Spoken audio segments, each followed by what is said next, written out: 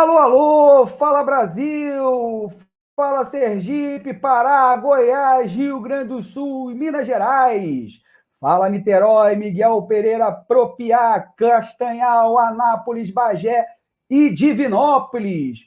Que fala em todos os rincões desse país que não é de Deus nem do diabo, é da gente.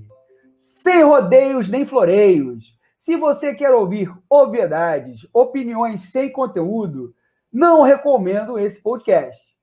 Agora, se você quer mais que informação, se você quer opinião embasada em dados, análise crítica de fato e comprometimento com a sua inteligência, veio ao lugar certo e pode ouvir a gente sem medo. Disrupções é mais que um podcast, é uma necessidade dos dias atuais. Dias conturbados, turbulentos, nebulosos e enigmáticos. E é por isso que estamos aqui, para entender essa distopia que se tornou o Brasil e, quem sabe, ajudar a transformá-lo. E, como de costume, vou chamar aqui o meu parceiro de todos esses episódios, pessoa que nos ajuda a destrinchar esse quadro surreal da sociedade brasileira. Fala, Tony Dias, como é que tá você? Hello, estou aí na área. Né? Semana bem divertida. Bem divertido. E a semana que vai começar aí promete ser mais divertida ainda, né, Tony?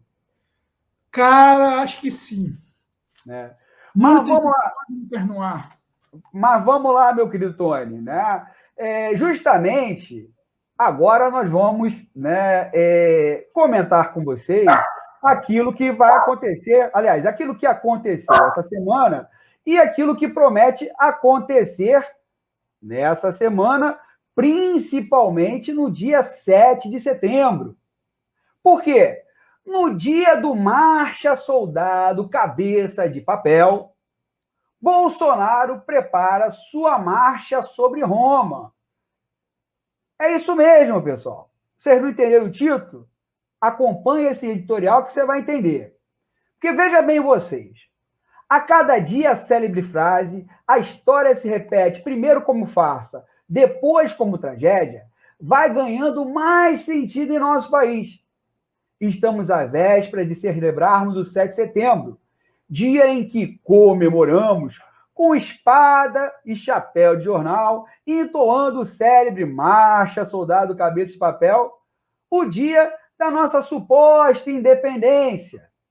Não vamos entrar aqui no mérito de analisarmos se o termo independência cabe ou não a esse processo, que na verdade foi muito mais uma negociação entre as classes senhoriais brasileiras e Dom Pedro I para assegurar seus privilégios, mas apenas vamos fazer um recorte, pois foi essa data escolhida para Bolsonaro mobilizar o seu séquito de fanáticos, seguidores, para demonstrar alguma força, já que vem perdendo apoio de todos, das instituições, do capital que o ajudou a eleger, diga-se de passagem, e, por fim, da própria população.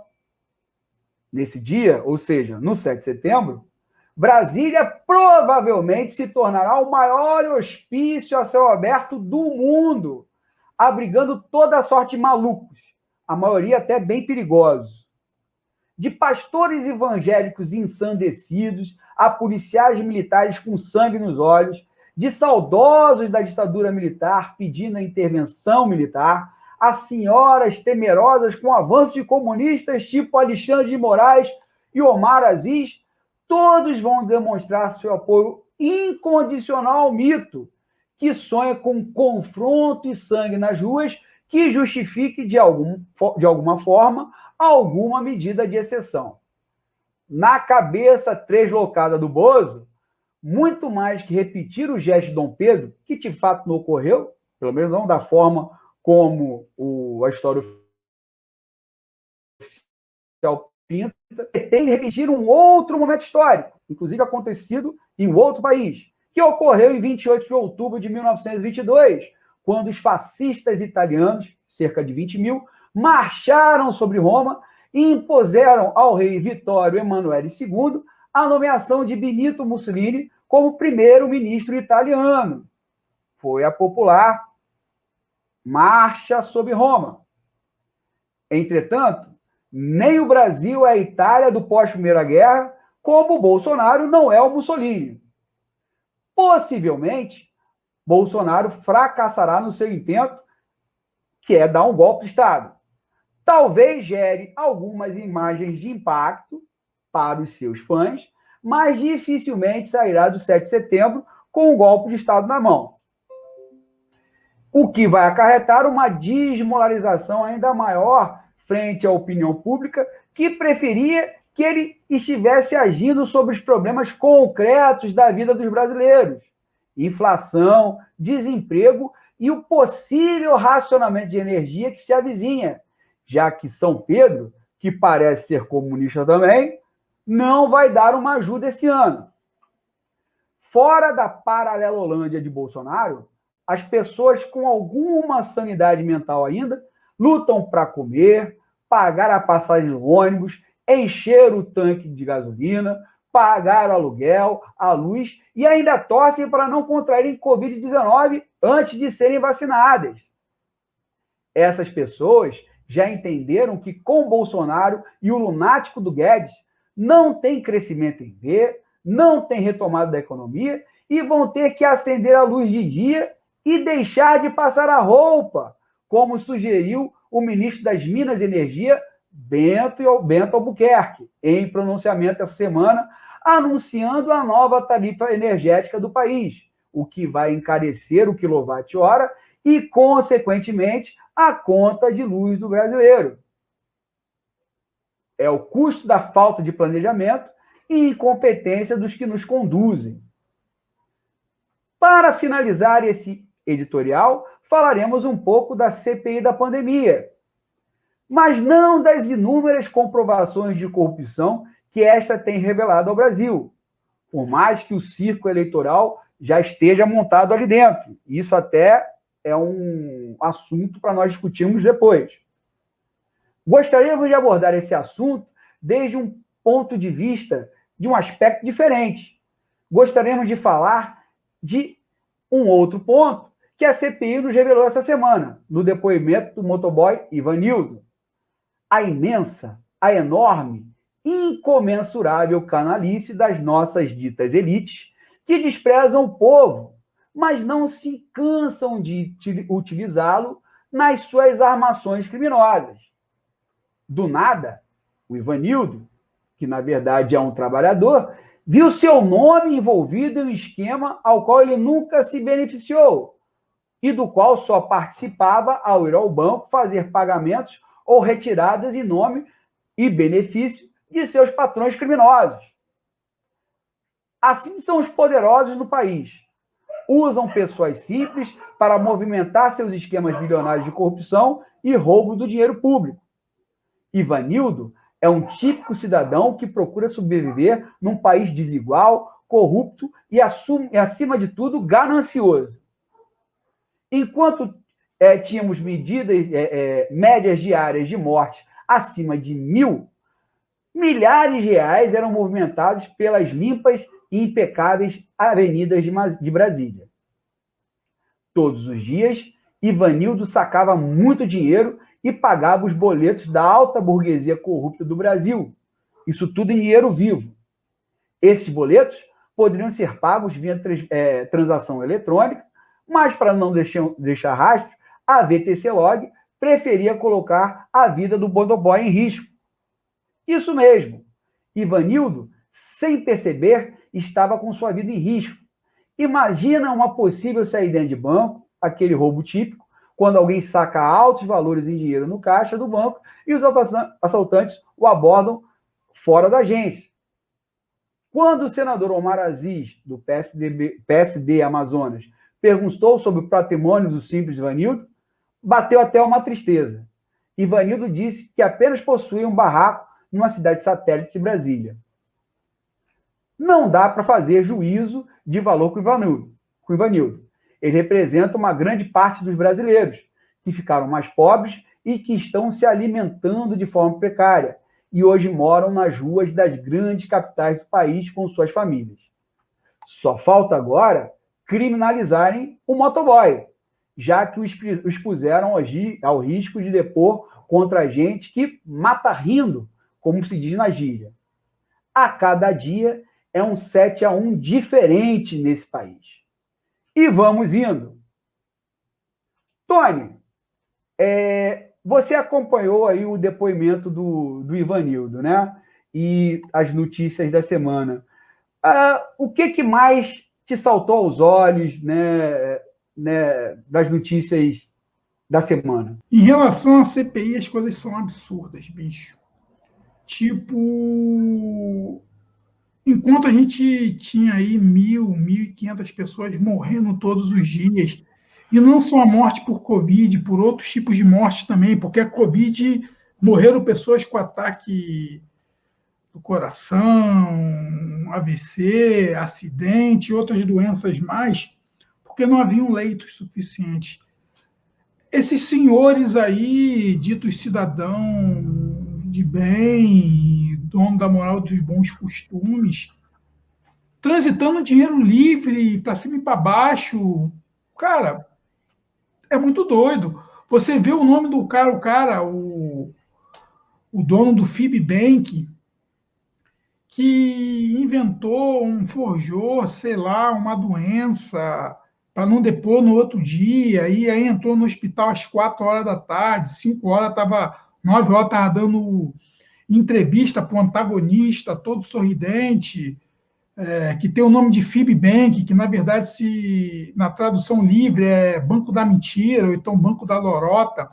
Você vê esse outro Marconi aí, que vivia ali no seio do império da Parelolândia, sacou? Ali no meio dos príncipes e abriu empresa para príncipes. É muito triste. E aí você vê um Ivanildo, um cara que é um cara normal, bicho, um cara que dá o corre dele ali, fazia aquilo lá por fazer, porque ordenava, ele não estava nem aí. Às vezes eu vi até o senador Renan Calheiros fazendo umas perguntas mais impositivas a ele, acho que ele não é o cara. E ele revelou muita coisa. O depoimento dele foi importante porque ele revelou coisas corriqueiras que quase ninguém conseguia imaginar. Quem imaginava, em plena pandemia, bicho, os boletos estavam sendo pagos por ele. E aí a gente está falando de corre ali dos 100 mil. O cara sacava 200 mil, pagava os boletos, fazia as transferências e o COAF nada fez. Olha que troço doido, bicho. Então, é uma coisa que não está no universo do Ivanildo, não. Como foi feita as grandes transferências de dinheiro? E é uma coisa sofisticada. Às vezes eu vejo alguns camaradas aí do campo progressista falar que esse governo é desorganizado. Pelo contrário, bicho, esse governo tem um método, tem uma organização. Só que eles não imaginavam que isso tudo viria à tona. Porque eu acho que eles não se atentaram a que existe hoje Big Data, que hoje você consegue cruzar os dados. Por isso que você vê aí que o contrato da Covaxin está em 100 anos de segredo. Por isso que você vê que aquela questão lá do Pazuello está 100 anos em segredo de Estado. As contas do Planalto, lá do cartão corporativo, 100 anos. E aquela grande máxima, quem não deve, não teme. Então, por que não botar isso às claras? Por que o governo não chega e fala assim, está acontecendo isso, aconteceu isso aí? Não sei, bicho. O que está acontecendo é que a gente está vivendo um caos que está desgovernando o Brasil. As pessoas estão confusas, as pessoas estão cansadas, o clima energético está muito ruim, famílias não se falam mais, amigos não se falam mais, é tudo muito caótico, é tudo muito confuso. É uma guerra que tira a nossa energia, bicho. Eu tenho visto hoje vários amigos assim, sem energia, não estou conseguindo produzir. Mas isso é mimimi. Não é mimimi, bicho. Sem energia que você fala, não é energia elétrica, não. Energia força mesmo, né? Vital. É a energia de viver, bicho. É a energia da gente poder viver, da gente poder produzir, da gente poder tirar o nosso sustento. É uma coisa muito estranha. Você anda na rua, você vê...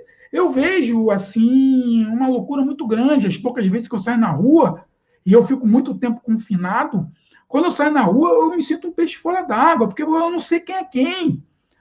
Eu não sei se aquele cara que está ali, ele é um reacionário, ou então ele é adepto, não sei de quem. Então a gente está vivendo um caos muito grande que a gente não consegue mais ter contato com as pessoas.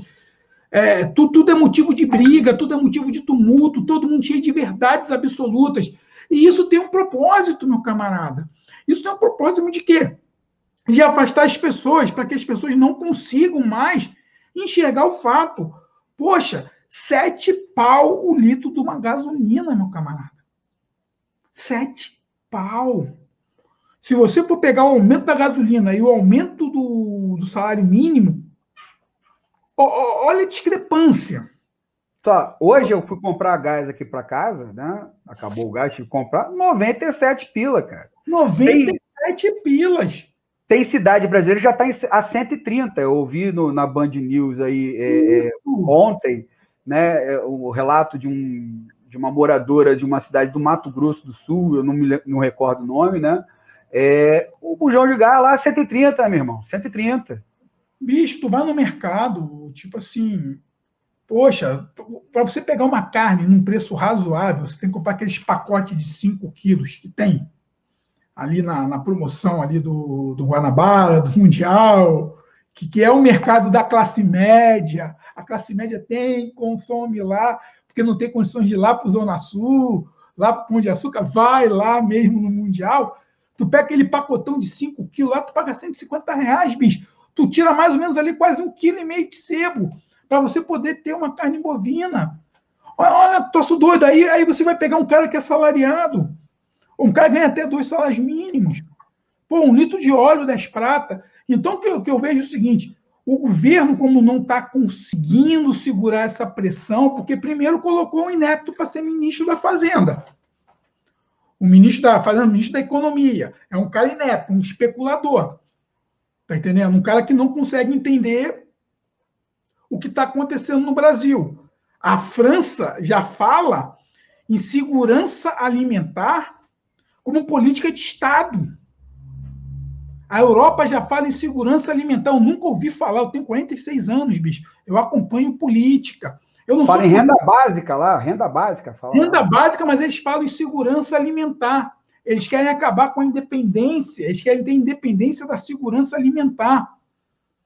E aqui a gente está fazendo isso tudo. E aqui, ano passado, porque o governo ele é desonesto intelectualmente. Porque ele não fala para a grande população que no ano passado eles acabaram com o estoque regulador, que garantia, dentro da lei, que 20% do que era fabricado aqui ficava para o mercado interno, e hoje não tem mais isso. Então eu, agricultor do agronegócio, vou querer vender para o meu povo, podendo vender a R$ 5,50, R$ 5,60, uma safra de arroz, de soja lá para outros países, podendo até usar criptomoeda também na transação. Então, a gente está num momento hoje de Brasil que o empresariado ganhou muito dinheiro. O Brasil teve mais 40 bilionários aí, né, pela última revista da Forbes aí. Então, tipo assim, enquanto a gente está produzindo bilionários, a gente está produzindo uma legião de pessoas que estão passando fome, meu camarada. Pessoas brigando por osso. Mas isso é discurso progressista. Não, não é discurso progressista, não, meu camarada. A chapa está quente. As pessoas estão sofrendo com o processo alimentar. O Brasil já voltou para o mapa da fome. Qual é a família que, com um salário mínimo, vai conseguir vivenciar esse Brasil de hoje?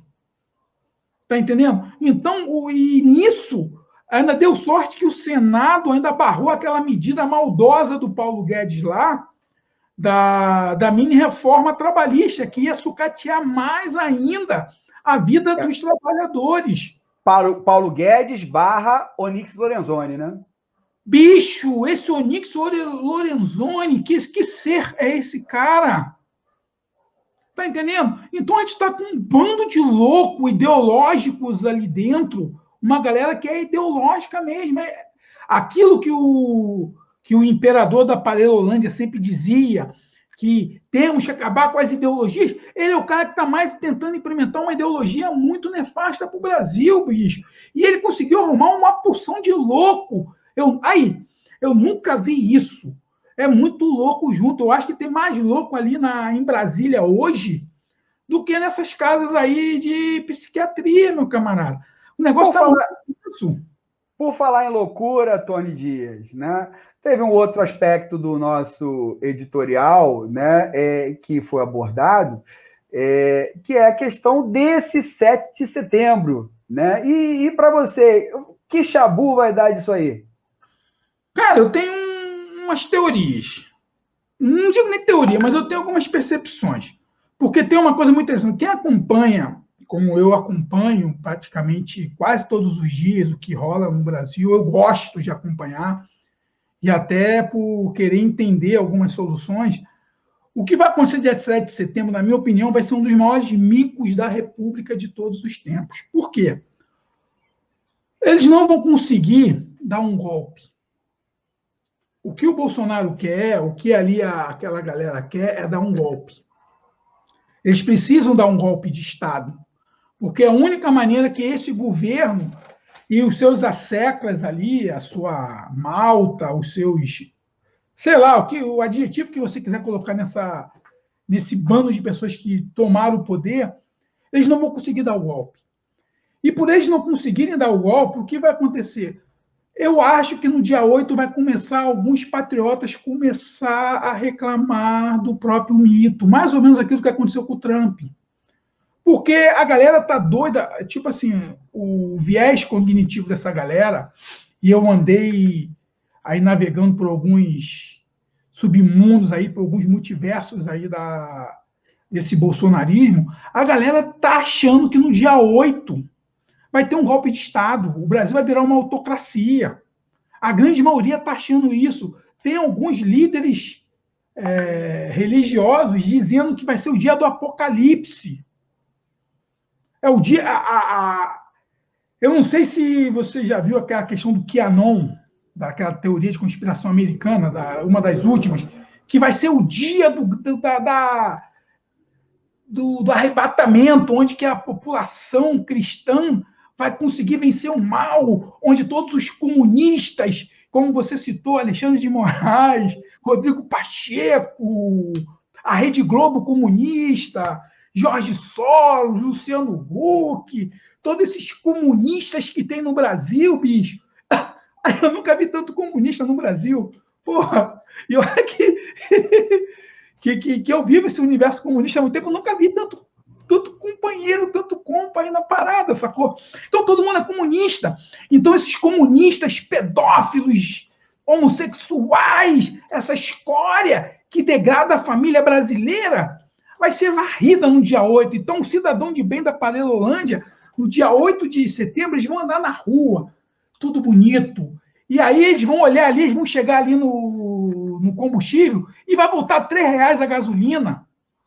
Aí eles vão conseguir que o dólar volte a R$2 e que eles vão lá em Miami fazer as suas compras para trazer as suas muambas para poder revender no Brasil. Então eles estão achando que no dia 8 vai ser isso. E não vai ser, bicho. Vai ter gente na rua? Vai ter gente na rua. Vai ter barulho? Vai ter barulho. Pode ter um ou outro ali exaltado? Vai ter. Mas no dia 8 vai voltar tudo ao normal. Vai voltar ao normal e vai evidenciar ainda mais ainda o fracasso.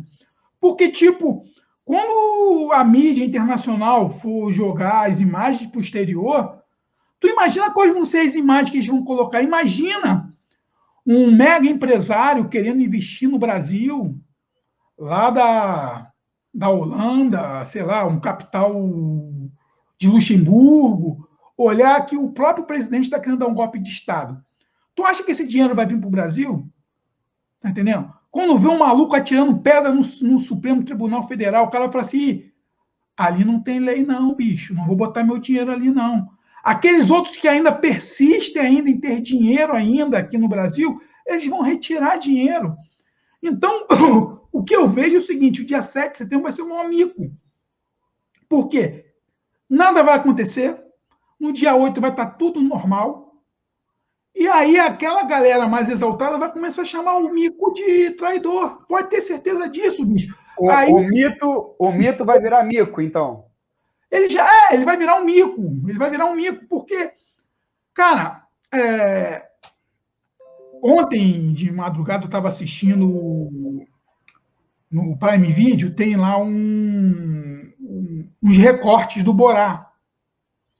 O Borá, aquele do Sacha Cohen lá, que fez aquele Borá 1, aquele repórter lá do Cazaquistão, ele lançou o 2 em dezembro, se eu não me engano, e aí ele fez um recorte muito interessante, porque o Borá ficou na casa de uns extremistas americanos durante 5 dias na pandemia.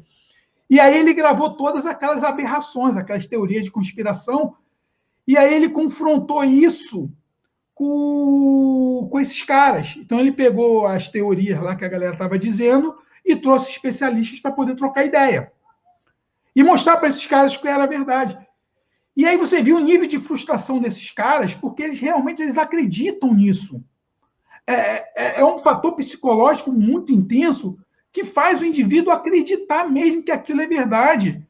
Igual, por exemplo, eu vejo muitos líderes religiosos dizendo que Bolsonaro é o Messias, que Bolsonaro é um homem ungido de Deus, que ele veio para acabar com tudo isso aí que eu não sei o que é. Tá entendendo? Que ele vai livrar o Brasil do comunismo. Bicho, o Brasil comunista. Porra, eu queria tanto que o Brasil fosse comunista. Falando sério, eu queria tanto. Onde que a gente vai chegar no comunismo com uma economia de Estado tão grande, com a sexta maior economia era a sexta maior economia no mundo, hoje é a 12ª.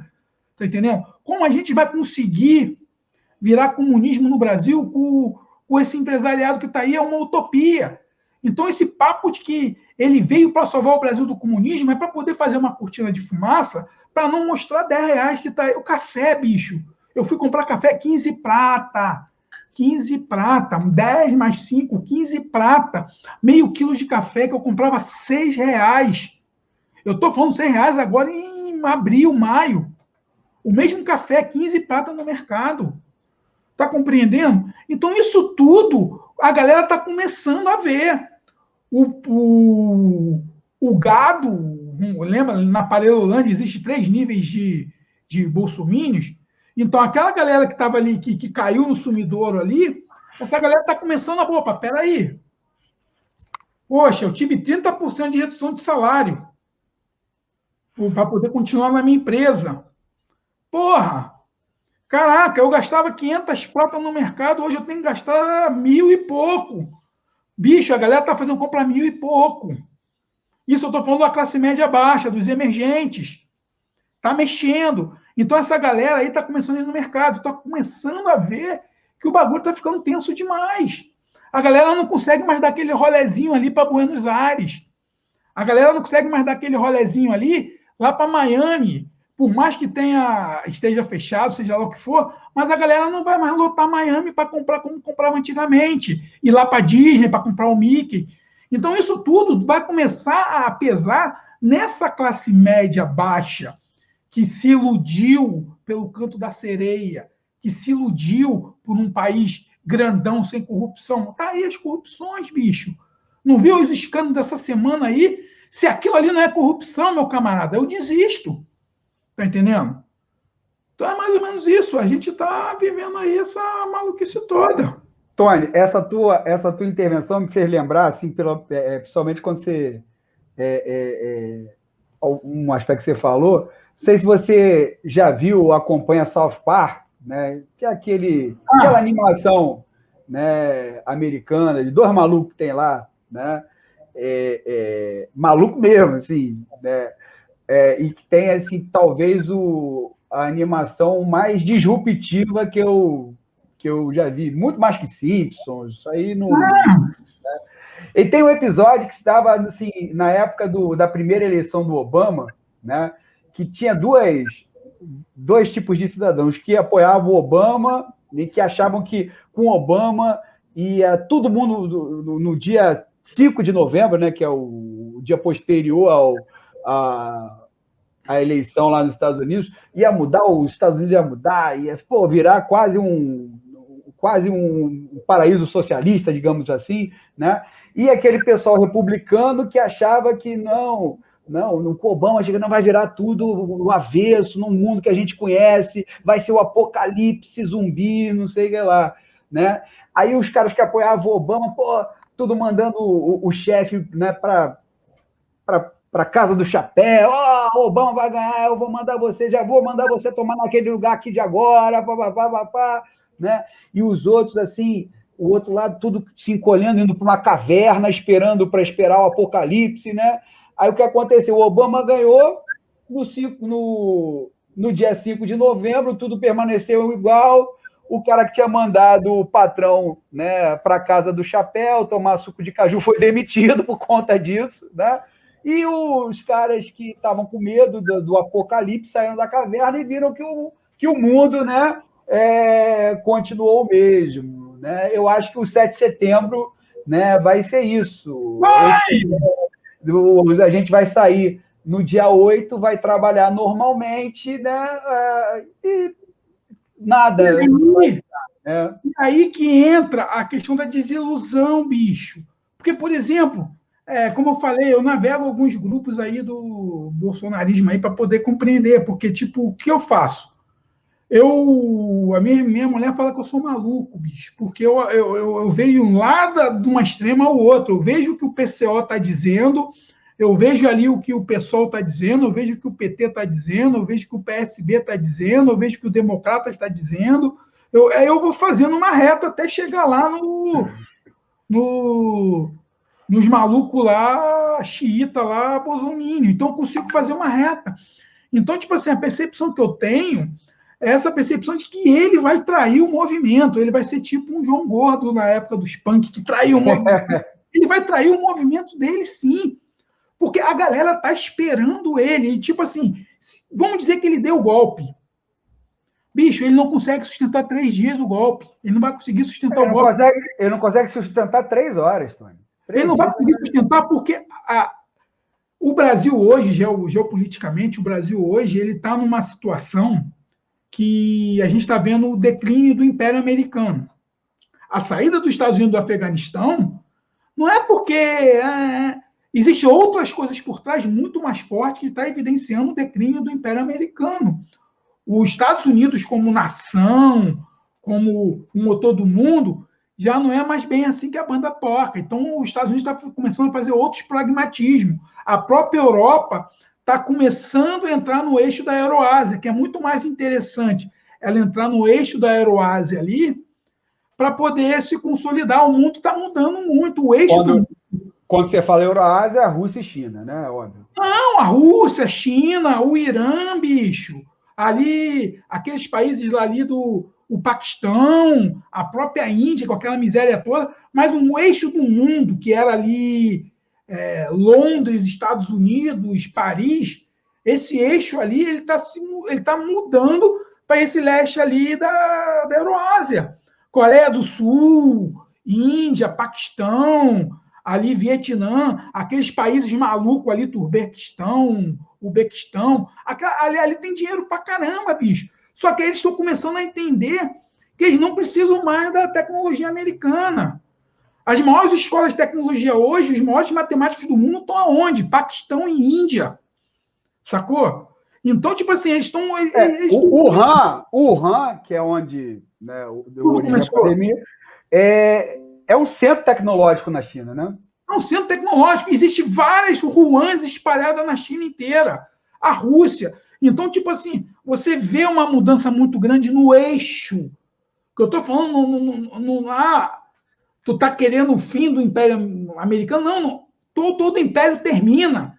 Todo império surge, domina e depois ele rui. Vão surgir novos impérios, porque o mundo muda.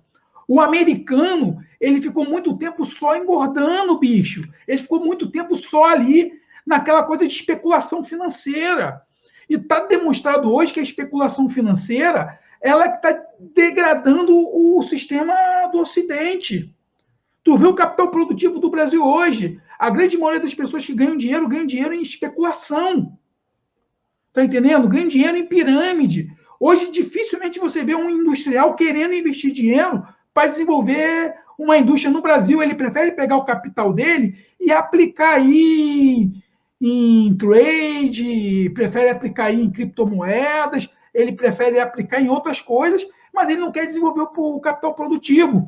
E isso é o declínio desse movimento americano, que está ruindo. Esse liberalismo que a gente conhece hoje, dos Estados Unidos, ele está ruindo. E aí, como a gente vai trabalhar isso tudo? Como a gente vai desenvolver um Brasil se a gente tem um ministro da Economia totalmente anacrônico? Um ministro da Economia que não está conseguindo enxergar horizontes. Como a gente vai evoluir se a gente tem um ministro da Educação que trata mal essa galera deficiente? Como a gente vai ter um movimento se a gente tem um secretário de Cultura completamente reacionário, que não entende de soft power? Esses caras não entendem de soft power, bicho. O Brasil ganhou muito dinheiro produzindo filme lá para fora. A gente estava até falando antes aqui do programa sobre a retomada do cinema nacional. A gente vê os filmes Cidade de Deus, bicho. Está entre os 10 filmes mais importantes do cinema mundial. Tá sacando? A gente tem filmes do Kleber Mendonça Filho que fazem arrebata festivais de cinema mundo afora. E aí a gente não consegue entender, a gente fica com uma loucura, com uma coisa de patriotismo. Que patriotismo é esse, bicho? Que aceita 7 litros da gasolina. Que patriotismo é esse que vê um cara envolvido assim, que vê tudo, é muito doido, todo mundo envolvido em corrupção, todo mundo envolvido em maracutaia, o caldo entornando, e todo mundo acha ele um santo. Um cara que faz uma carreata, uma motociata, que gasta uma fortuna, o cara está em campanha, bicho. O cara não está governando o Brasil, ele está em campanha, plena campanha bancada com dinheiro público. Essas viagens não é para poder montar um polo. Eu queria tanto que esse infeliz montasse um polo tecnológico, que ele chegasse nessas cidades.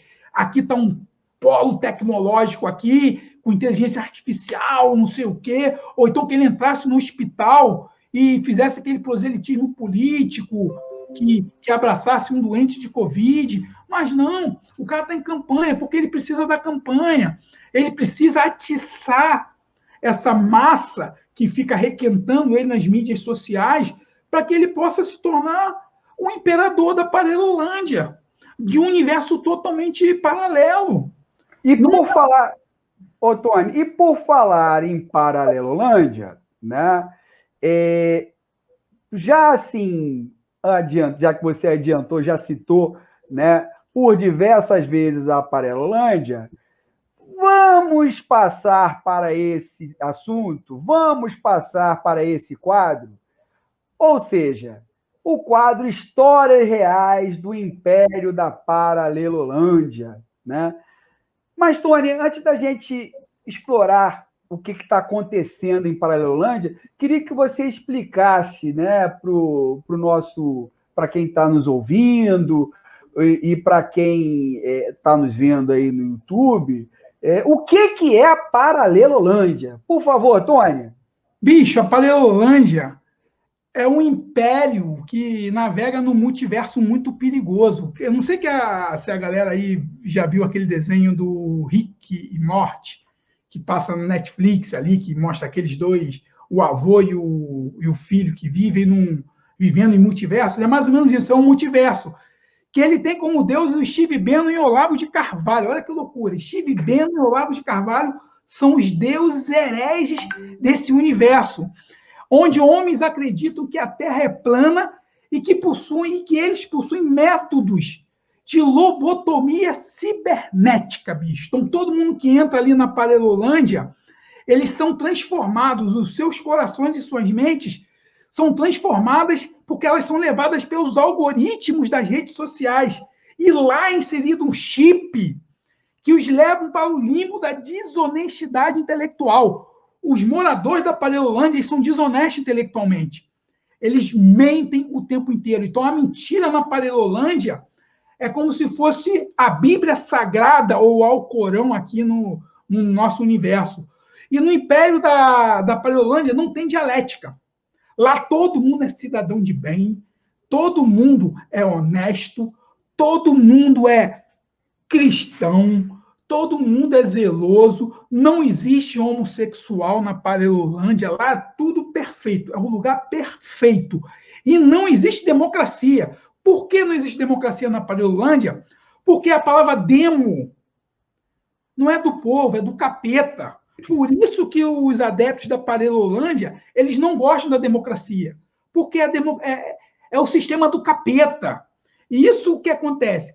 E esse regime que a gente quer preservar aqui, a democracia, é um regime feito pelo capetão, por Satanás, maluco. E eles acreditam nisso.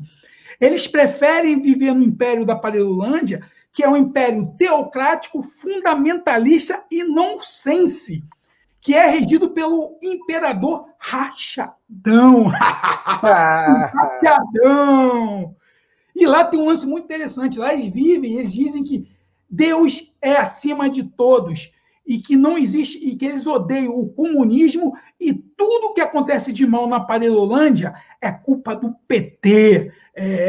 O Império da Parelolândia é comandado por um líder infantil que não gosta muito de trabalhar e que, através de uma máquina de desinformação, consegue deixar seus súditos atônitos com suas teorias de conspirações. Na Parelolândia, a classe média usa arma de prótons. Isso é muito interessante, cara. Porque lá na Parelolândia, o que acontece? Eles chegam no supermercado, eles têm uma arminha, mais ou menos assim, igual essa aqui de próton, que eles olham para o preço, por exemplo, o óleo está R$10. Eles apitam lá e automaticamente o preço ali do QR Code ali do alimento passa a ficar 3. Aí eles passam no caixa. Então, é uma máquina de próton muito poderosa que é usada na Parelolândia. E aí eu queria ter essa arminha. E o que acontece? Só que na população real, todo mundo está pagando 15 prata pelo quilo de café. E os súditos da Parelolândia conseguem comprar pela metade do preço. Isso está ocorrendo, e isso ocorre com a gasolina, está ocorrendo com a carne, no arroz e na energia elétrica.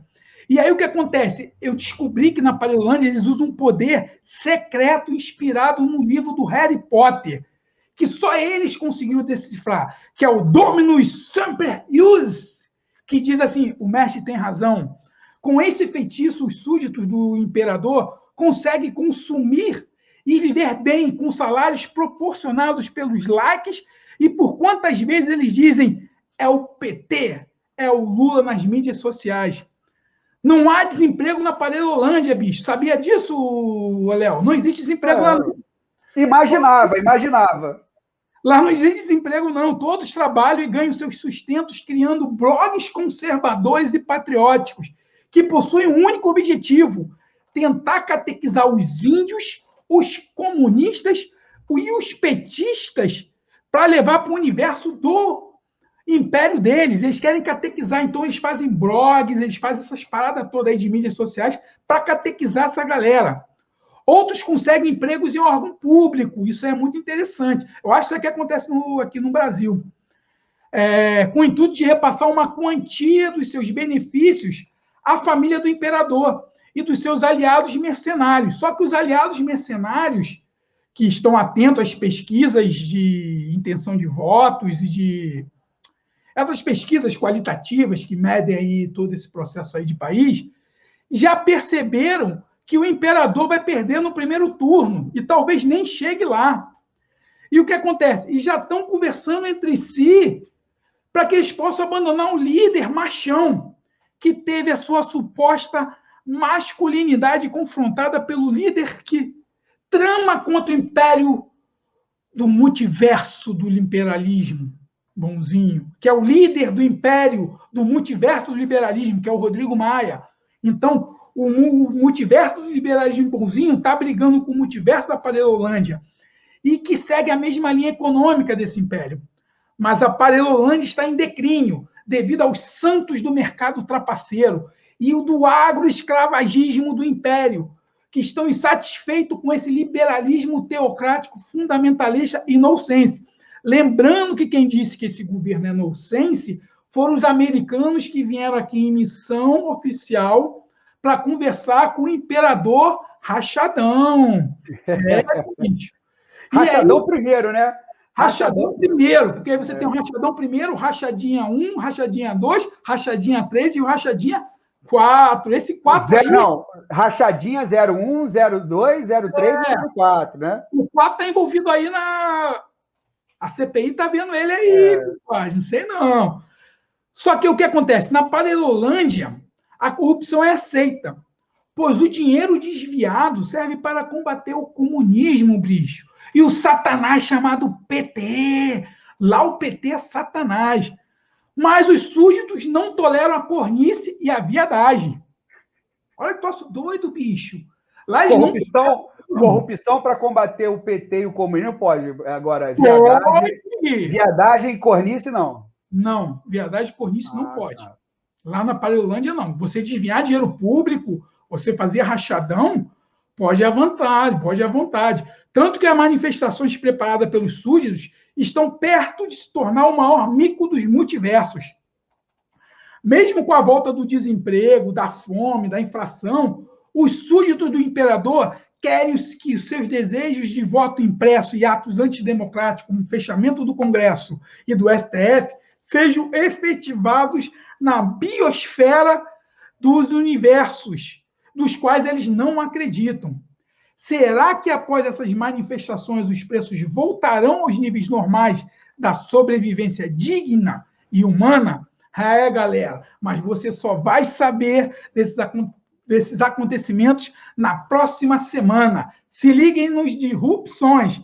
Vamos com nós e vamos ver o que acontece semana que vem. Ô Tony, eu acho que eu tenho um meme aqui da Paralelolândia. Vou até colocar aqui para ver se é isso mesmo, se vem de lá. Esse meme aqui, do Roger Moreira, aquele que já foi um dia roqueiro, né?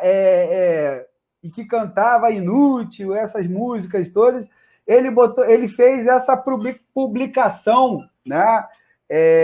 Aí na rede social dele, que dizia a ex-mulher de Bolsonaro, eu acho que ele está se referindo ao Rachadão primeiro, né? Ex-mulher de Bolsonaro ficava com 80% do meu salário, diz homem que trabalhou para a família. Ainda que seja verdade, 3 observações. Não foi durante a presidência, devia ser uma mixaria perto do que o Lula, a alternativa, desviou da Petrobras, e aí está cortado aqui, eu acho que segue a imagem, mas deve ter sido... Eu acho que isso aí já está bom para a gente entender o que está rolando na Paralelolândia aí. Esse meme é da Paralelolândia, então, meu caro Tony? Bicho, esse meme aí é uma loucura. Isso aí é a publicidade que tem na Paralelolândia. É um lance que aí a gente brinca aqui, a gente faz essa sátira aí para tentar deixar as coisas um pouquinho mais... palatáveis, né? Suave, mas quando você vê um Roger Moreira, um cara que tem uma certa relevância na história cultural do Brasil, a gente não pode deixar de... faz parte, a gente estava discutindo, né? Faz parte, assim, nós somos da geração, eu nasci em 76, você 75. Também 75, então um ano mais velho que eu. Nós pegamos aquele início, aquela explosão do rock no Brasil. O Roger Moreira foi um expoente dessa geração, faz parte da nossa memória afetiva. Né? Mas como nós também estávamos discutindo, o discurso dele sempre foi reacionário. É diferente de outros aí que abraçaram aí, né, recentemente o conservadorismo. O Roger as letras dele sempre foram nesse sentido mais conservadores e tudo mais mesmo, né? Tanto que ele fala numa letra dele, chamada Eu Gosto de Mulher, que ele fala, mas eu vou direto ao ponto. Nem quero que você me leve a mal. Isso aí ele está falando para alguém aí que está cantando ele. Eu sei que hoje em dia isso é normal, porque para a galera mais nova aí, na década de 80, aí, nessa época aí do Rock Brasil, teve uma liberação sexual muito grande. Muitas pessoas morreram de AIDS, aí havia uma abertura, então tinham cantores, vamos dizer assim, começou muitas pessoas se assumirem realmente gays, e aí ele fala mais ou menos no trecho da música dele, não quero que você me leve a mal, eu sei que isso hoje em dia nem é normal, eu sou assim meio atrasadão, conservador, reacionário e caretão. Pois é, então ele já falava o que era naquela época, né? Só que a gente não entendia muito. Isso. A gente não conseguia entender. Tipo assim, eu não conseguia entender muito bem essa música. Mas hoje em dia, sabendo da história da música, procurem saber a história da música aí. Eu não quero entrar muito porque é uma seara um pouquinho pesada, mas procurem aí na internet aí que vocês vão achar para quem ele fez essa música, que é uma história muito interessante. O que acontece? Eu não sabia que esse cara era tão reacionário assim. Só que o Roger, dentro da Parelolândia, ele está no primeiro nível.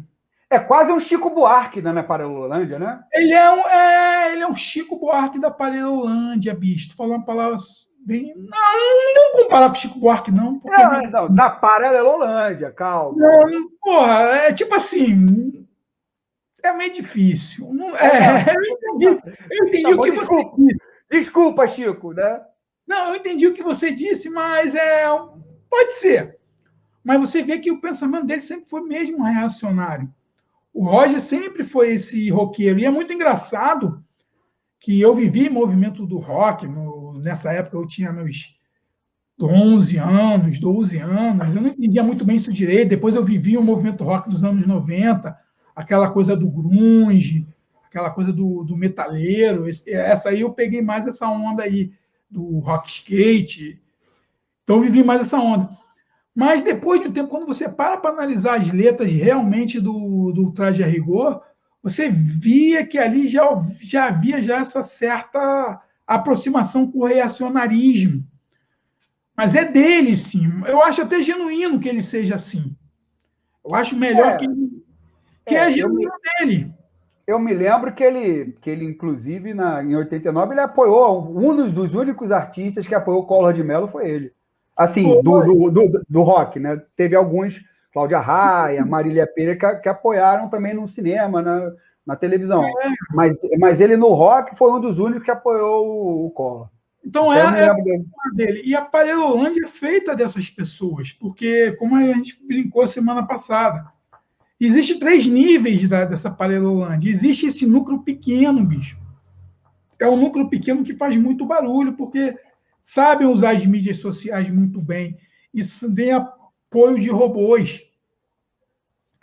Então, tipo assim, quando você vê um Roger normalizando uma conduta, bicho, se isso fosse com o Lula, a minha pergunta... É uma conduta que ele não normalizaria se fosse um outro... Rodrigo Maia, não vou nem...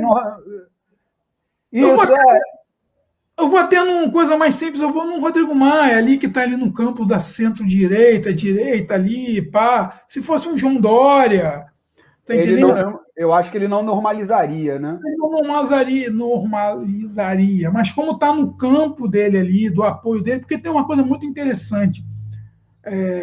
Essa galera é desonesta intelectualmente. Eles são desonestos. Porque, tipo, o Roger não é um imbecil, bicho. Roger é um cara que tem cultura, é um cara que lê. Pode ter ali o pensamento liberal, aquilo que eu sempre falo. Você pode ser liberal, bicho. Você pode ser conservador. Você pode ser coxinha. Você pode ser evangélico. Você pode ser de direita. Você pode ser comunista. Pode ser socialista, progressista. Pode ser o que você quiser. Só não pode ser, bicho, reacionário. Porque o reacionarismo é um câncer que tem no Brasil hoje. A gente vê os avanços. Eu sou um cara que eu estudo muito, eu leio bastante geopolítica internacional, sou um cara que eu assisto muito filmes estrangeiros, como eu não tenho acesso de ir nesses países, então eu assisto muito filme estrangeiro para ver como é a cultura. Pô, o Brasil tem tudo para ser um país grande.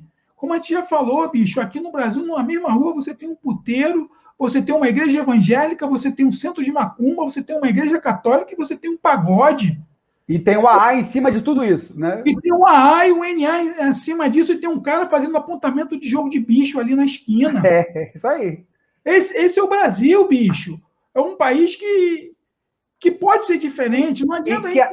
E que até uns 5 anos atrás, aliás, até uns 3 anos atrás, 3, 4 anos atrás, conviviam muito bem, né? Conviviam, bicho. Eu acho que a gente tá confundindo muitas coisas. Eu acho que esse esticar de corda que a gente está vivenciando hoje no país é algo muito... que vai ser difícil, porque as crianças já estão tendo isso. As crianças já estão sendo criadas dentro dessa perspectiva de nós contra eles. Tá entendendo? Aí fica complicado, né, meu irmão? Já fica, porque, por exemplo, meu filho. Poxa, o meu filho, eu estou educando ele para ele ser um cidadão do mundo, bicho. Então, eu sempre falo uma coisa pro Theo, é uma coisa que eu sempre falo para ele, bicho, eu não quero que você me obedeça, eu quero que você me respeite. Tenha respeito, cumpra os acordos. Se a gente fizer um acordo, se esse acordo que você fez for ruim, cumpra ele até o final. Tá entendendo? Eu tento passar para ele que ele seja um indivíduo que ele saiba cumprir acordos, que ele passe a respeitar as pessoas, que ele opine no ponto de vista dele. Então, eu dou sempre essa liberdade para ele. Aí, imagina ele, tipo assim, como ele não está interagindo com poucas crianças, através da internet, que eu sigo realmente essa questão da pandemia, eu estou isolado. Tu imagina ele quando voltar para o convívio e calhar de encontrar outras crianças que os pais estão educando de uma maneira conservadora, reacionária, porque o conservadorismo não quer dizer que você seja reacionário. O problema é a intolerância, né? Você educar uma criança num ambiente intolerante. Aí você tem problemas de fato, né? É isso. Em Santa Catarina, os moleques fazendo aquele símbolo, nem vou fazer aqui, aquele símbolo lá do Heil Hitler, lá em Santa Catarina. Tá entendendo? Então, a gente está vivendo um lance que as crianças não estão tendo tanta liberdade. Essa professora, essa semana, esse escândalo que teve... Lá no Mato Grosso, lá no... Que botaram o helicóptero lá para poder intimidar o pensamento. Então, a gente está formando crianças, e aí é uma ideia do que o Olavo de Carvalho sempre disse, que a ideia do projeto deles, dessa onda conservadora, não é um movimento para agora, é um movimento de 50 anos. É um movimento de erosão, bicho. Igual vai acontecer dia 7 de setembro. Dia 7 de setembro, eles não vão aplicar golpe, eles vão criar mais um processo de erosão. É como as democracias morrem, elas morrem tendo essas erosões por dentro, cansando as pessoas. Muitas pessoas começam a ficar cansadas de todo dia esse lero-lero. Tu imagina você acordar de manhã e você liga aí, sei lá, qualquer canal desse aí de notícias de manhã. Você liga o rádio, é só merda, é só balbúrdia, é só tumulto. Então, como essas pessoas vão conseguir vivenciar esse mundo, bicho? E o que a gente está deixando para as nossas crianças, para os nossos adolescentes? Pois é, né? Isso é uma preocupação, realmente. Cara, é uma preocupação muito grande. Então, eu acho que a gente está vivendo hoje é um processo que ele não vai acontecer dia 7. Ele vai acontecer ao longo do tempo. Ele vai acontecer quando você vê uma Bia Kicis falando, quando você vê aquela outra mulher lá de São Paulo, aquela tal de Zambelli, quando você vê um Jordi aqui no Rio de Janeiro, quando você vê pessoas que são desonestas intelectualmente. Elas são desonestas mesmo, elas estão vendo que é mentira, bicho. Porque o acreditar numa ideologia não quer dizer que você fique cego para as coisas que estão acontecendo. Está entendendo? Eu tenho esse meu viés progressista, eu gosto de algumas coisas ligadas à esquerda, mas eu não passo pano na esquerda em si. Existem os seus erros dentro do campo progressista? Existe. Eu vi muitas coisas que aconteceram, que poderiam ser melhores, mas só que não dá para a gente segurar mais essa onda, bicho. A gente precisa de uma evolução como país. A gente precisa de um passo. E aí o que acontece? O que a gente está passando para essas crianças hoje? O que a gente vai falar? Eu recebi agora o lance da escola do Theo para poder falar sobre o dia 7 de abril, 7 de setembro. Aí eu olhei e falei, puxa, bicho, a galera não está ensinando isso para as crianças ainda? Essa historinha de que Dom Pedro proclamou a independência, que ele deu o grito. Porra, todo mundo sabe que foi uma grande negociação, meu camarada. Tá entendendo? A história não foi assim. É muito difícil a gente poder viver esse Brasil distópico. O Brasil está com uma distopia. Enquanto, porra, a gente perde pessoas importantes, como o Sérgio Manberg, essa semana. Nos deixou essa semana, né? 82 anos, uma mente, porra, brilhante. Caraca, a gente tem que ter Eduardo Bananinha. Porra. Não tem muito o que falar, meu irmão. Né? Olha só. Tony, né? Mas, Tony, né? Deixando a Paralelolândia de lado, saindo desse buraco de minhoca, voltando para a realidade concreta, né? Vamos agora, meu querido Tony, né? Entrar naquele nosso outro quadro, que é um quadro assim que a gente já estreou há alguns programas atrás, que já virou clássico, que é o nosso quadro Pobre de Direita, né? Mas antes da gente falar, né, do que vamos falar nesse quadro hoje, queremos só apenas fazer uma advertência, né? Aquelas pessoas que estão nos ouvindo agora, né? Então, olha só, se você foi um daqueles que foi manipulado, enganado pelas milícias digitais, se você foi um daqueles que votou de forma genuína, mais ingênua, nesse governo nefasto, se você está arrependido da escolha que fez, não se envergonhe. Errar é humano. Agora, persistir no erro é ser considerado gado. E isso você não quer. Portanto, estamos aqui para tentar dialogar com você, meu claro pobre de direita. E, quem sabe, mudar seu entendimento sobre as coisas. Se possível, que pretendemos também acolher você com carinho, na medida que você deixar também, óbvio. Não vamos aqui julgar ninguém. Você pode ser conservador, progressista, liberal, de direita e de esquerda. Não pode ser reacionário, fascista e ignorante. Portanto, para os haters de plantão, não levem esse quadro para o coração. Isso é apenas uma forma bem humorada de tratarmos assuntos sérios. Esse é o aviso antes da gente colocar aqui, né, o que será o nosso quadro Pobre de Direita. Ô, Tony, o nosso Pobre de Direita foi querer, né, comemorar esse feriadão pátrio de uma forma diferente. Já que ele não tem dinheiro para viajar, não tem, já que ele não tem dinheiro nem para pagar a passagem do busão, para ir dar lá o apoio ao mito nas manifestações que estão sendo promovidas, ele resolveu fazer um churras. Pô, é mesmo? Um churras. Porra, cara, dessa. Aquela churrascada, né? Tá lá na laje dele, já armou a churrasqueira e tudo mais. Só que aí ele se deparou com esse meme aqui do Coronel Siqueira. Coronel Siqueira, bicho, é brabo. Sacas quem é o Coronel Siqueira, né? Então, o Coronel Siqueira também resolveu fazer um churrasco. Não só para comemorar o 7 de setembro, ele também queria comemorar os 5 anos do golpe contra Dilma. Né? O Coronel Siqueira botou assim, né, nas redes dele. Resolvi fazer um churrasco para comemorar os 5 anos sem a Dilma. Mas, infelizmente, meus amigos estão todos deprimidos e eu não tenho dinheiro mais para ir comprar carne, nem cerveja e nem a gasolina para ir no supermercado. Mas, nossa, como o Brasil melhorou, né? Então, ele viu esse meme do Coronel Siqueira e eu acho que ele se viu na mesma situação do Coronel Siqueira. Ô, Tony, o que a gente fala para o pobre de direita que se viu nessa situação aí descrita pelo Coronel, hein? Camarada,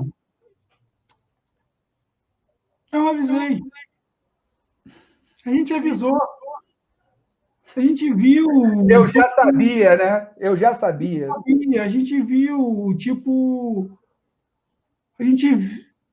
A gente que tem 45 anos, 46 anos, que nasceu na década de 70, que nasceu na ditadura militar, que teve o ensino, os primeiros ensinos ainda na ditadura, A gente viu aí o Collor, a gente viu aí como foi o governo FHC, com as privatizações, a gente viu como foi o governo Lula, a gente viu como foi o governo da Dilma, como aconteceu o golpe parlamentar com a Dilma, a gente viu aí, a gente viveu isso tudo. É uma coisa muito complexa que eu vejo, às vezes eu percebo, muitos da nossa geração, Léo, que são desonestos intelectualmente, que a gente tem, essa palavra é muito importante hoje. As pessoas são desonestas intelectualmente. Quando a gente vê a ascensão que a classe C, D e E teve aí com o advento aí do real e depois com as políticas que o PT permaneceu, um governo socialista, comunista do PT, permaneceu com a mesma estrutura econômica do Fernando Henrique Cardoso, não mexeu em nada naquela estrutura. Pode ver que o Lula chegou ali, ele manteve todo o aspecto de economia, as mesmas diretrizes ali no Banco Central ali que foi deixado lá pelo... Esqueci o nome dele agora, bicho, eu estou com um problema de memória muito grande. Pedro Malan? Pelo Pedro Malan, mas pelo outro. Pedro Malan era o ministro da Economia, mas tinha aquele outro que é da Gávea Investimentos, que foi... Gustavo Franco. Gustavo, mas não, tem um outro mais importante. Mas eu vou lembrar daqui até lá. E hoje ele vem aí fazendo um planejamento para a terceira via. Da Gávea Investimento. Vou lembrar o nome dele aqui. A gente vê que o Brasil teve uma evolução muito grande. E aí eu vejo alguns amigos que já foram até de partidos de esquerda, bicho. André Lara Rezende. É esse, mas tem um outro ainda. Não André... tem outro? Caramba! Foi o ministro do Banco Central. Eu vou lembrar. Vou até botar aqui no meu Google aqui. Ministro do Banco Central. Prossegue aí. A gente vai acertar. Vou botar aqui.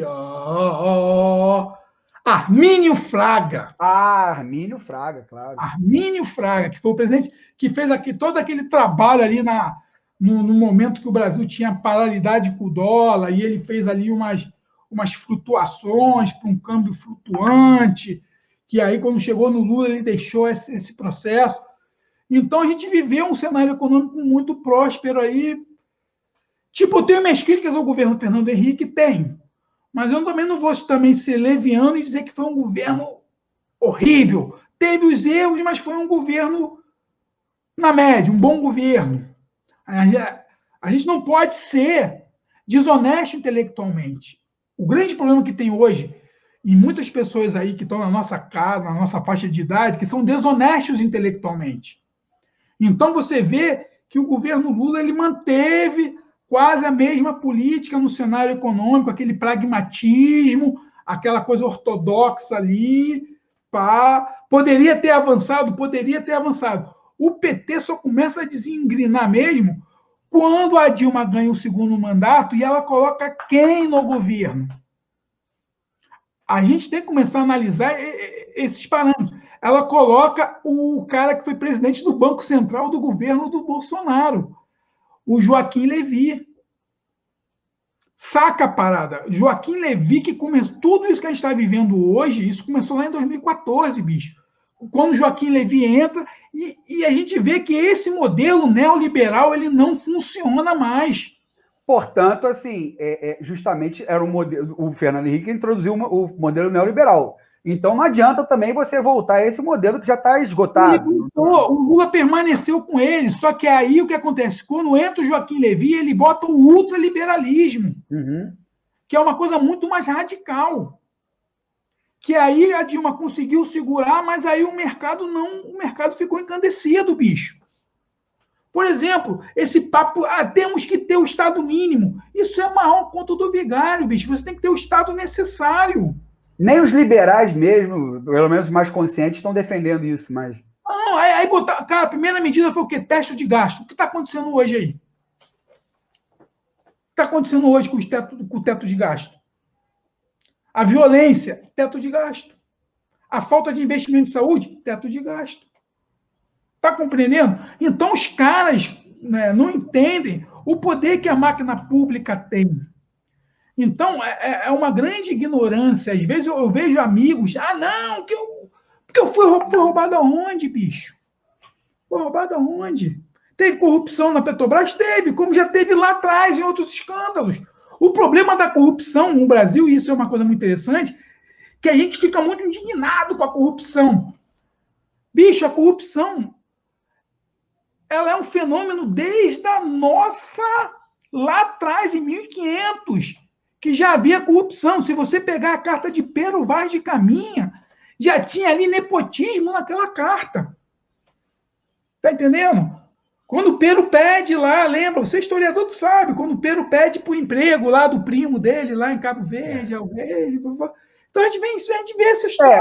A história não é bem, né? Tem assim um pedido, mas não é bem esse não. Mas isso a gente vai, mas tudo bem. Você sabe o que eu estou falando? Então a gente tem uma estruturação muito, a realeza, como a realeza trabalhava essa parada toda aí do processo de corrupção.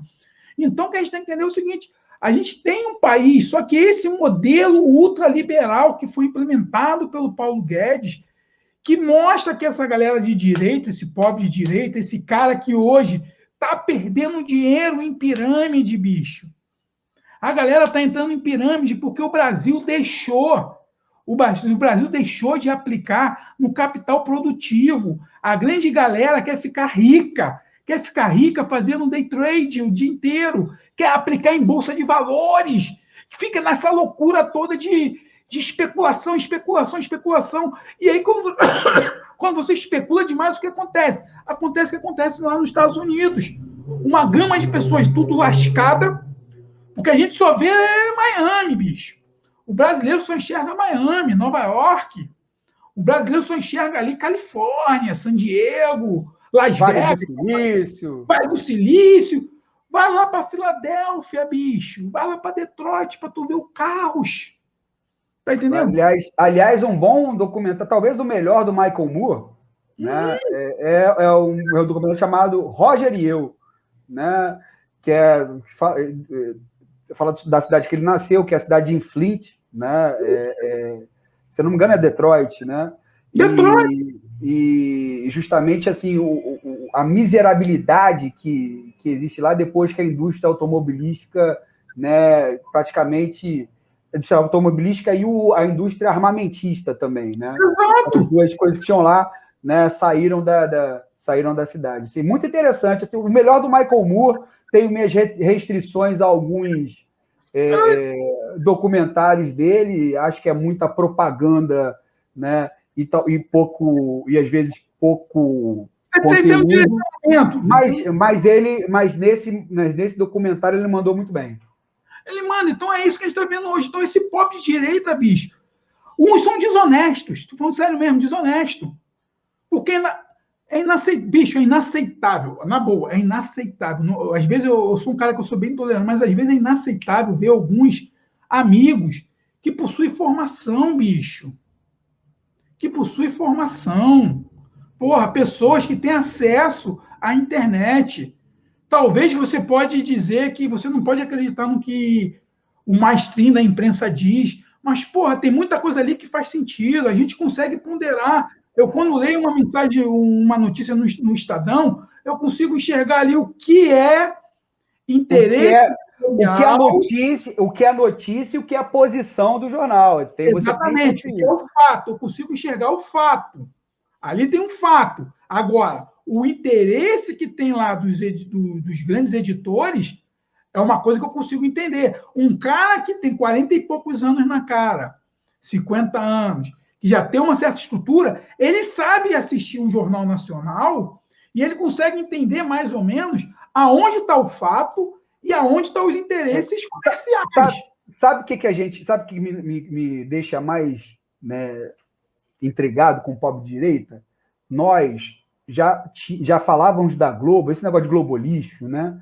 Nós, assim, do campo progressista, de esquerda, já falávamos da Globo há muito tempo, né?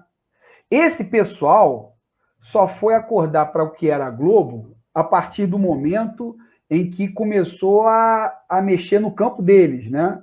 Ou seja, no momento que a Globo está certa, pelo menos em alguns aspectos, né? Esse pessoal acordou para um fato que a gente já alertava há muito tempo hoje, que a Globo manipula, né? Que, aliás, todo veículo de comunicação manipula, né? Enfim. O que acontece, Léo, que é uma coisa que a gente não imagina, todo veículo de comunicação tem o seu editorial, bicho. Claro. Por exemplo, se alguém do campo... E é legítimo que tenha, vamos colocar, é legítimo que tenha. Bicho. Só tem que deixar claro, e essa que é a questão da imprensa brasileira, só tem que deixar claro que aquela é a posição do editorial, né, do grupo. E não é a notícia é uma outra coisa. É o fato. O que acontece é o seguinte, você pode pegar, a gente pode até fazer uma experiência qualquer dia desse aqui no podcast, a gente pegar um fato que seja, qualquer um, e a gente fazer uma régua, pegar um fato tipo o Rachadão, ver o que diz lá da extrema-direita e da extrema-esquerda. Todo mundo vai dar o fato. Houve alguém que denunciou um esquema de rachada. O Roger falou, lembra pouco que a gente mostrou aí o tweet do Roger, falando do fato dele, mas aí ele foi da linha editorial dele, não, mas o PT roubou mais. Está compreendendo? Então, o grande problema que tem hoje, que é a desonestidade intelectual, é que muitos dessa galera que aderiu a essa onda conservadora sabe distinguir o fato da ideologia. Esse é o problema que nós temos hoje. O que é fato, o que realmente aconteceu e o que vai ferir o meu viés de confirmação. Pois é, eu acho que é tudo isso. Ou seja, nós estamos vivendo uma época da pós-verdade. Exatamente. Né, que a narrativa, assim, eu sou historiador, e sei que a narrativa faz parte da historiografia. Exato. Mas a historiografia não é apenas narrativa. É fato. Né? A notícia, aí vamos transformar para a questão da imprensa. A notícia também tem, como é texto, né? Ou é texto falado, ou é texto lido, né? ou enfim, é texto. Né? E como é texto, vai ser narrativa também. Né? Mas a notícia tem que ter a narrativa, mas tem que ter o factual. Exato. Né? A realidade tem que estar ali. Se não tiver a realidade ali, é só narrativa, e aí é mentira, assim, é fake news, é auto-valha. Né? Entendeu? E justamente, eu acho que precisa ficar bem claro, e aí eu acho que os meios de comunicação no Brasil, né, não deixam isso claro, o que é a narrativa, o que é a posição daquele grupo, né, do que é a notícia de fato.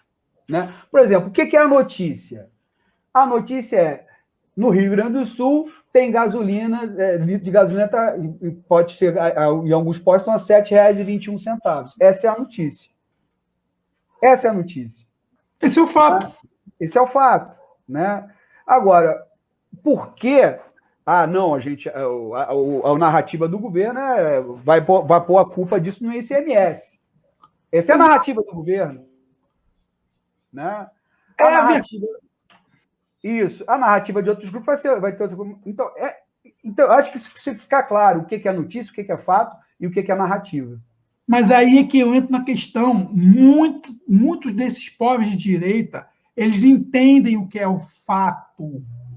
Eles entendem. Eles sabem que é o fato. Eles sabem. É desonestidade intelectual. Eles sabem o que é o fato. Eles sabem que a gasolina está cara, porque aí vem a versão que cada um vai dar, mas eles sabem que a gasolina está cara, porque assim que o governo do PT caiu, o presidente da Petrobras começou a botar o preço, a política de preços da Petrobras, de acordo com o mercado internacional, e ele é regido pelo dólar, e o dólar está 5,30. Ponto. Esse é o fato. Não é nem narrativa, bicho. Isso está na lei. O PT segurou o preço da gasolina por muito tempo. o governo que entrou novo, ele aceitou e fez essa política de preço, que é a política do mercado que é seguido. Isso está isso está em diário oficial. Isso aí não é a narrativa. O que vai acontecer depois, que eu nem gosto dessa palavra narrativa, que essa palavra, tipo assim, não estou nem questionando você, mas quando eu vejo aqueles malucos lá da extrema-direita falando a narrativa, eu já tenho nojo disso. Então, a versão que cada um vai dar, a esquerda diz que é incompetência. O mercado diz que é oportunidade, e cada um vai criar a sua narrativa. Só que o que me deixa puto da vida é que essa galera que se diz hoje conservador, liberal na economia e conservador nos costumes, sabe que foi isso que aconteceu. E compram uma história. E aí não porque cabe na sua roupagem. Né? De confirmação. Sim. Cabe no seu viés de confirmação que a gente está vivendo hoje. Isso eu falo para todos os polos, bicho. Eu não falo só... Existe também o pobre de esquerda também, que compra uma coisa que não vai acontecer, tá entendendo? Que vive ali um saudosismo do cacete das antigas também, que é aí que eu falo que o conservadorismo não é só coisa de direita. Tá errado, os caras se apropriaram dessa palavra. Existe conservador de esquerda também. Tá entendendo? Então a gente precisa dar um salto quântico nessa parada. A gente precisa compreender o que está em jogo, bicho. O que está em jogo. O problema é que essa galera, ela me deixa angustiada pela desonestidade intelectual. É a desonestidade intelectual que o pobre de direita tá vendo aí quando vai fazer esse churrasco. Bicho, é 40 prata, 45 quilos o quilo. Se você quiser fazer um churrasco de primeira, de carne de primeira... Com picanha, né? Com picanha. Não vou nem na picanha. Eu vou na alcatra e no contrafilé. Ou na maminha ali da alcatra, ali, no miolo do coração da alcatra. Não estou indo nem na picanha, porque a picanha não é meu padrão de vida mais, não. A picanha já está... Já subiu o platô. Estou falando ali na maminha, ali aquela maminha, ali aquela peçazinha da maminha, aquela linguicinha de pernil ali da Perdigão, 20 pratos o quilo, que eu comprava R$ 7,90. Eu não estou nem falando na picanha na linguiça do Sérgio Reis, que ele tem uma linguiça... Ele tem uma fábrica de embutidos famosa, o Sérgio Reis. Essa linguiça está 40, 50 prata. Então, tipo assim, você vai gastar R$45 se você for comprar o quilo da carne no Mundial e no Guanabara. Eu não estou nem falando de Pão de Açúcar. Vai comprar uma cervejazinha aí, é R$4,50 uma cerveja aí, uma latinha daquela ali, de Bud, essas paradas todas. Então, se você for fazer um churrasquinho para você e sua família, tu vai gastar no mínimo aí 150 prata, meu camarada. Então, e eu estou falando de churrasco básico, tem muito frufru, é isso. Muito então, pão de alho para encher. Pão de alho, a linguiça, o coração, você já vai comprar ali 300 gramas ali, porque o filho gosta. Aquele queijo coalho, você já coça a cabeça quando você vê lá, poxa, 35, 40, 60 reais o quilo, bicho. Caraca, o carvão, o sal grosso. Poxa, então, tipo assim, é isso que o pobre de direita não consegue, não tá conseguindo enxergar, bicho. Tu vai dar um rolezinho aí com a esposa para jantar fora, é inviável. Tu vai deixar pelo menos aí, sei lá, esse lobo-guará que eu nunca vi na vida. Acho que eu nunca fui apresentado ao lobo-guará. Acho que eu nunca tive um lobo-guará na mão.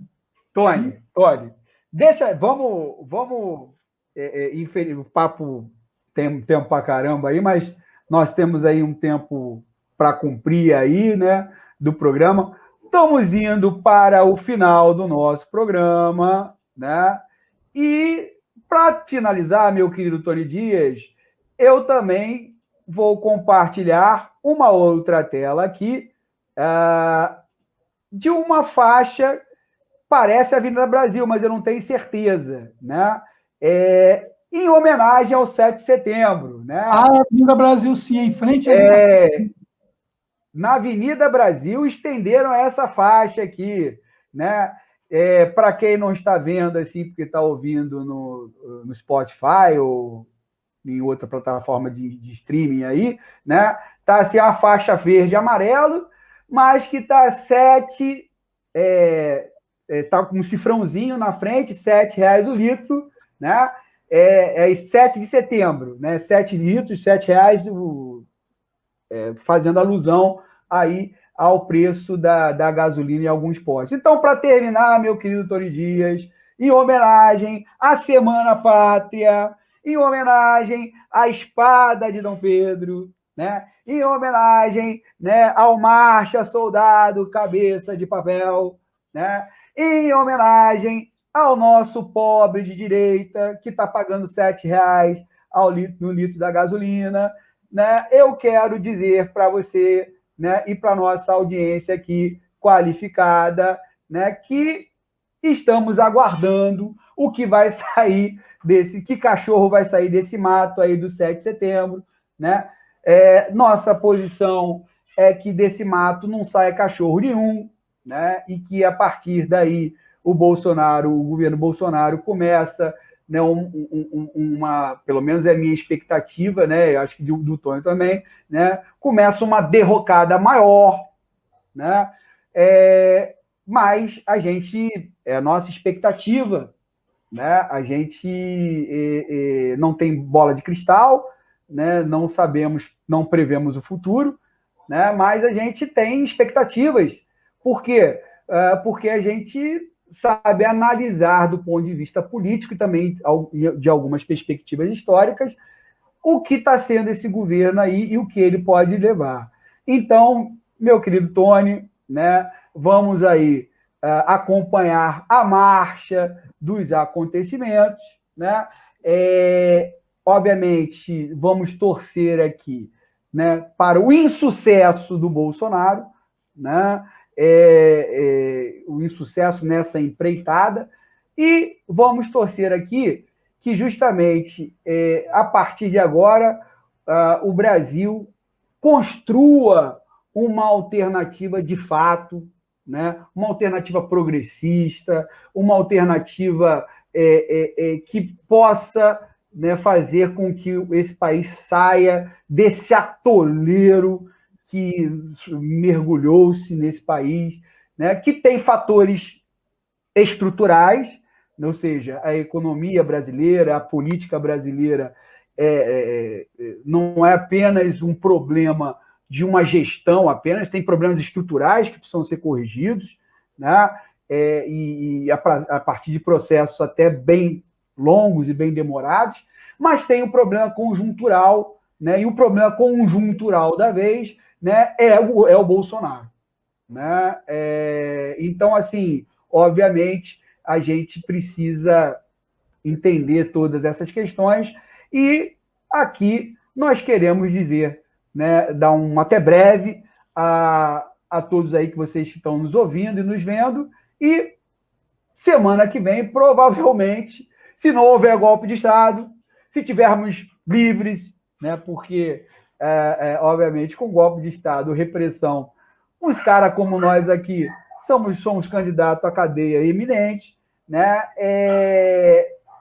Até se tivermos livres e soltos até então, né, vamos ter um próximo episódio dos Disrupções para analisar as consequências desse malfadado 7 de setembro ou a tentativa do Bolsonaro fazer a sua marcha ao Roma. Então, meu querido Tony Dias, até breve, né? Até a próxima e a todos aí. Tchau, tchau. Tchau, cuide-se, não demole, bicho, não demole.